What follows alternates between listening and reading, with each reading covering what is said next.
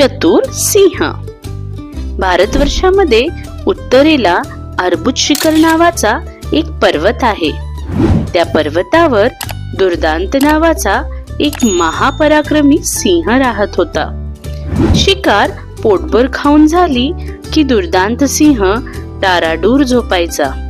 पण रोज एक पिटुकला उंदीर त्याला त्रास द्यायचा. त्याची भरदार आयाळ कुरतडायचा. त्यामुळे सिंहाची देखणी आयाळ वेडीवाकडी कुरतडलेली झाली होती. सिंहाने त्या उंदराला पकडण्याचा प्रयत्न केला, पण तो उंदीर पटकन बिळात लपून बसायचा. दुर्दांत सिंह चिडला. तो विचार करू लागला, लहानशा शत्रूला पकडण्याकरिता बळाचा उपयोग होत नाही. त्याला मारण्यासाठी त्याच्या सारखाच लहानसा प्राणी सैनिकासारखा वापरला पाहिजे. मग काय, दुर्दांत सिंह पर्वतावरून उतरून जवळच असलेल्या एका गावात गेला. तिथे राहत असलेल्या दधिकर्ण नावाच्या मांजरीला त्यांनी म्हटलं, तू माझ्या बरोबर पर्वतावर राहायला चल. माझ्या गुहेत राहा. मी माझ्या शिकारीतलं मांस तुला खायला देईन. तू फक्त माझी आयाळ कुरतडणाऱ्या उंदरावर नजर ठेव. रोज मांस खायला मिळणार म्हणून मांजराने सिंहाच्या म्हणण्याला होकार दिला.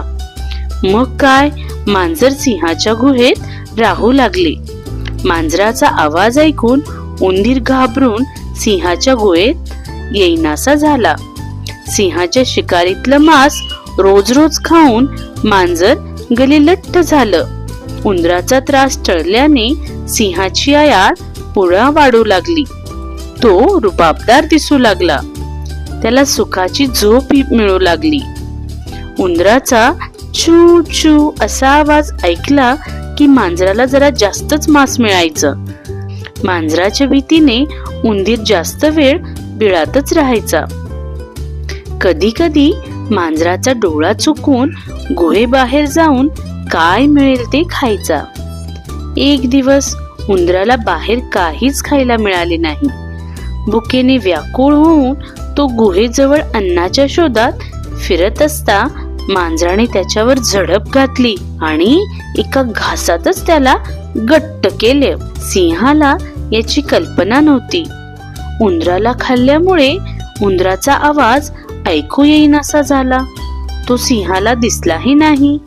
हळूहळू सिंहाला उंदराचा विसर पडायला लागला. मांजराचाही त्याला आता उपयोग नव्हता. त्यामुळे शिकारीतील मांस खायला द्यायचाही त्याला विसर पडायला लागला. मांजर खाणं न मिळाल्यामुळे हळूहळू अशक्त होत गेलं आणि एक दिवस मरून गेलं.